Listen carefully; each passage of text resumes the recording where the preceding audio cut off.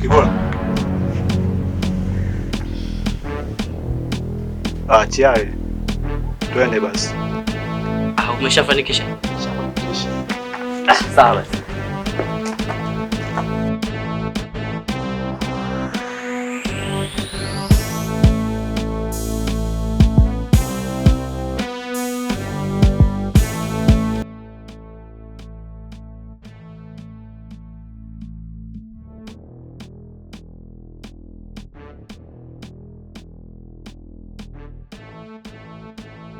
Habari yako boss? Salama tu. Asante. Mkuu. Yule kijana ndo huyo. Ni kiasi gani unamfahamu huyu kijana? Mkuu, nimesoma naye tangia shule ya msingi mkuu. Kijana, jitambulishe mwenyewe.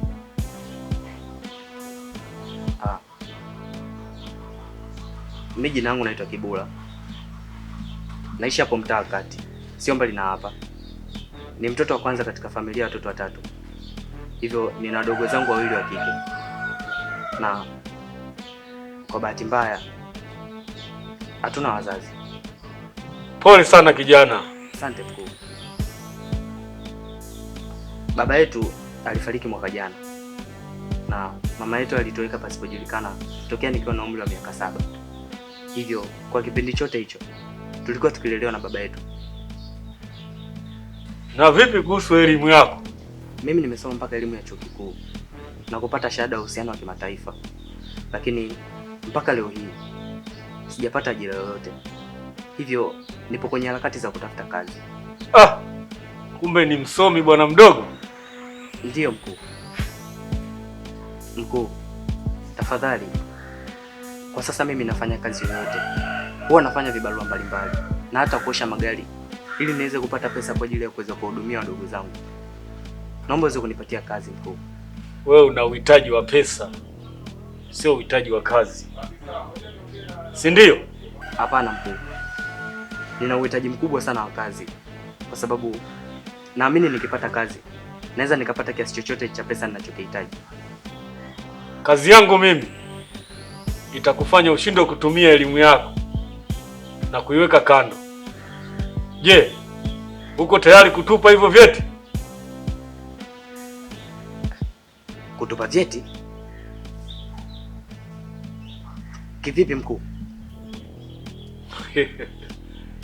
Nilikwambia mwanzo, kazi yangu mimi haihitaji mtu mwenye elimu.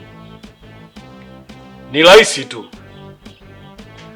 kama ukiwa jasiri. Kwa hiyo hivyo vyeti vyako kwangu havina kazi. Sawa mkuu. Nipo tayari.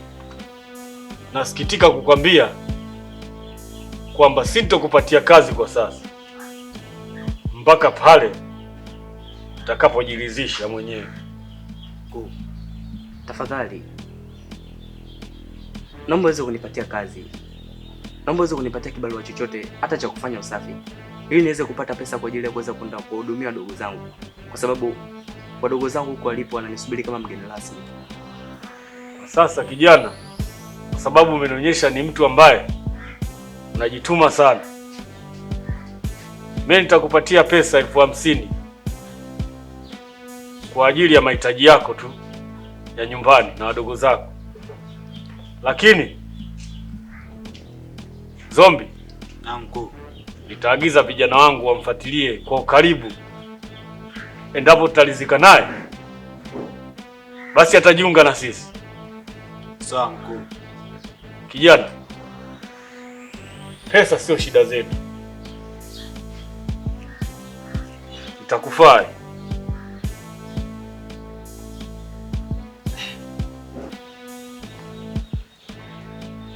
Mkuu, kikweli leo siamini kama leo nimeshika pesa nyingi kiasi hiki. Asante sana mkuu. Karibu kijana. Hiyo ni pesa ndogo sana kwangu. Nadhani ungemuuliza Zombi na mlipa shilingi ngapi. Boss, unanipa pesa nyingi sana boss. Ndio maana siku hizi rafiki yangu Zombi namuona yupo juu sana. Zombi, asante na nakushukuru sana kwa kunikutanisha na brother. Naweza mkaenda.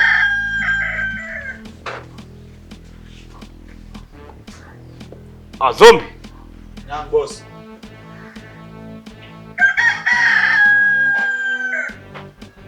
Unamwambia chochote kuhusu kazi zetu?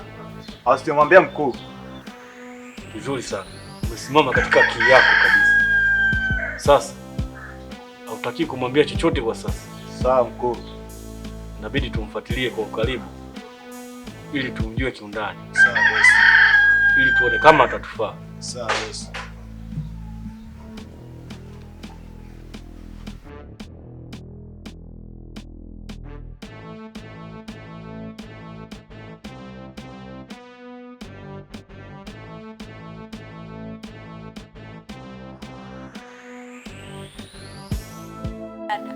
Njaa inaniuma sana. Na sijui kama kaka atarudi na chochote au ndo tutalala na njaa kama jana tu. Pole ndugu yangu. Hata mimi njaa inaniuma sana. Ila tumuombe Mungu kaka apate japo chochote. Hasa kazi. Yaani kaka akipata kazi, kila kitu kitakuwa kimeisha.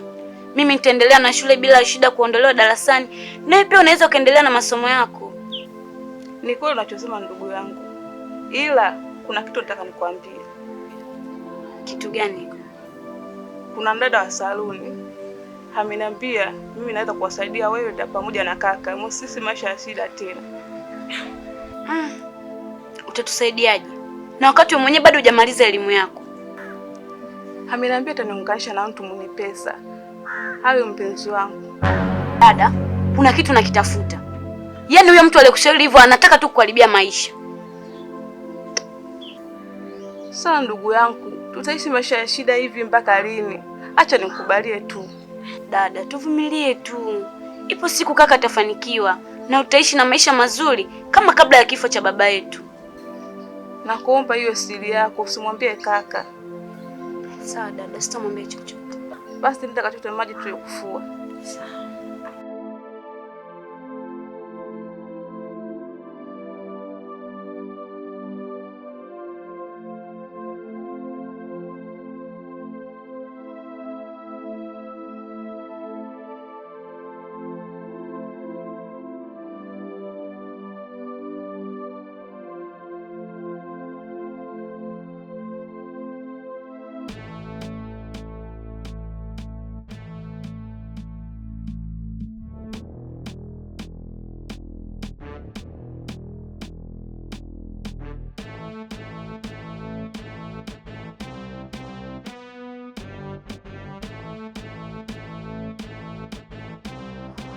Akiwa kwa ndo bosi wangu. Kwanza nianze kwa kukushukuru sana rafiki yangu. Unajua nikiangalia pesa ambayo nimeipata leo, nikiangalia ile 20,000 ambayo umenigia wewe pamoja na 50,000 ambayo amenigia bosi wako, naamini katika wiki hii itaweza kunisogeza sehemu moja nyingine. Mimi na swali moja nataka nikuulize. Hivi Zombi, ni biashara gani hasa ambao unaifanya wewe pamoja na bosi wako ambao inaweza kukupatia kiasi kikubwa sana cha pesa? Kwa kibwa mwanangu, kuwa na amani mwanangu, tondoke bwana. Subiri kwanza. Unajua? Yaani tukija tukiuhalisia ni kibinadamu. Yaani kwa hali ya sasa hivi mtu kutoa 50,000 yake kukupa tu, yani bila kufanya kazi yoyote. Yaani kakupa tu, yani left from nowhere. Unajua ni kitu ambacho hakiingia akilini.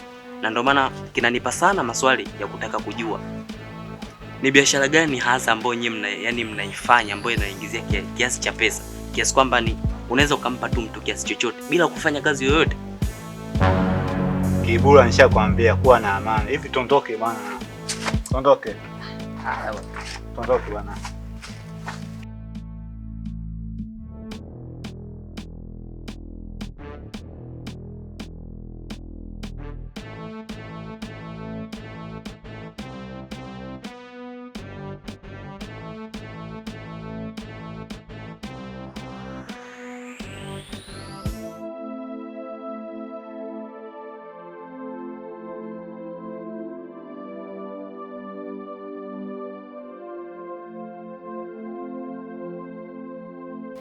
Karibu mtia jamani. Salama. Nikuhudumia nini? Nilikuwa naomba nige nyanya za 1,000. Sawa. nyanya chungu. Nyanya chungu za shilingi? Naomba nyanya za 1000, nyanya chungu za 500. Viazi unavyo? Viazi shinga? Viazi 500. Fungu mbili 1000. Naomba fungu mbili.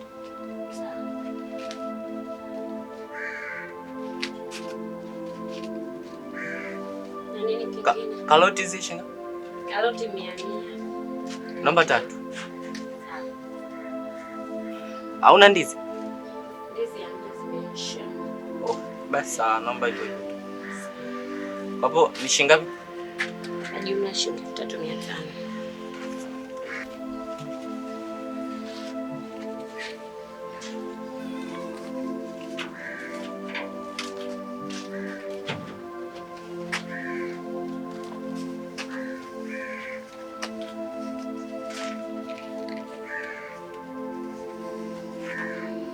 Asante. Haya, karibu tena mteja wangu. Haya.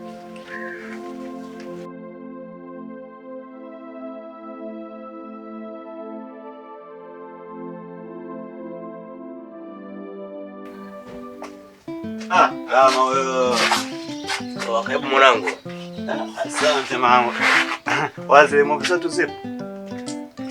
Mobi zetu zipo. Tena leo umetoka kuchukua mzigo mpya. Wewe za kutosha, mimi ukizero utazipenda sana. Lakini salama.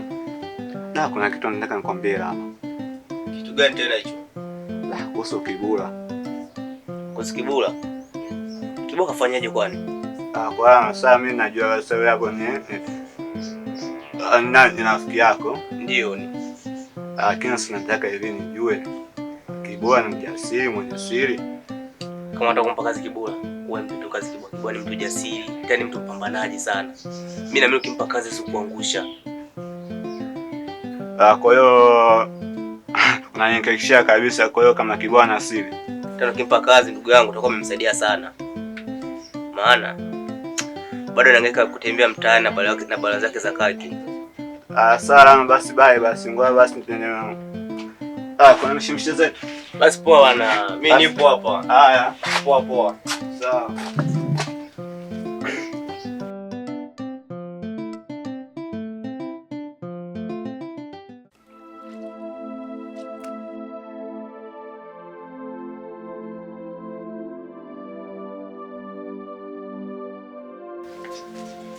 Hodi ndugu zangu.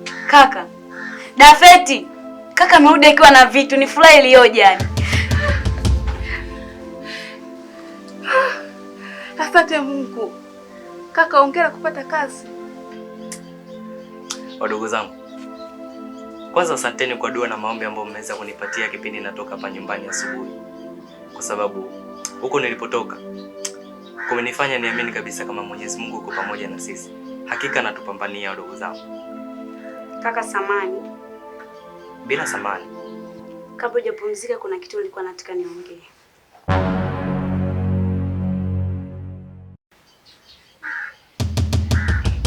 Mbona mnaniogopesha?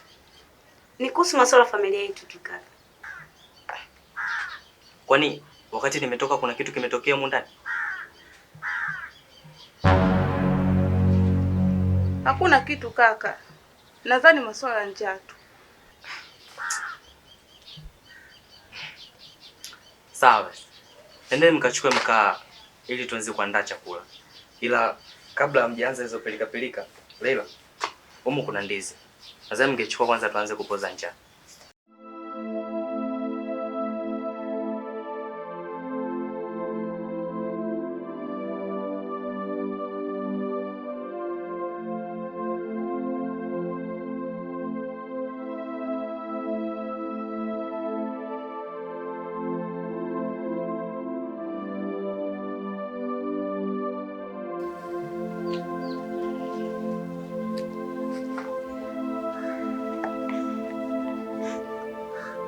Leila, wewe inabidi ukachukue mkaa sasa.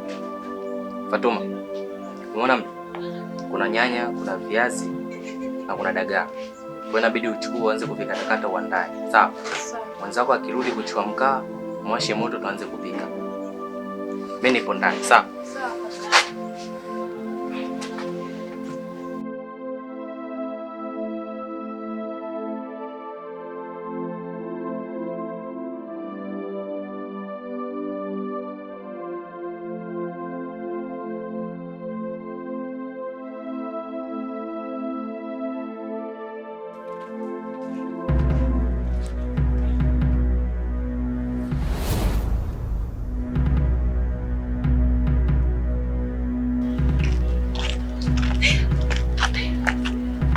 we dada?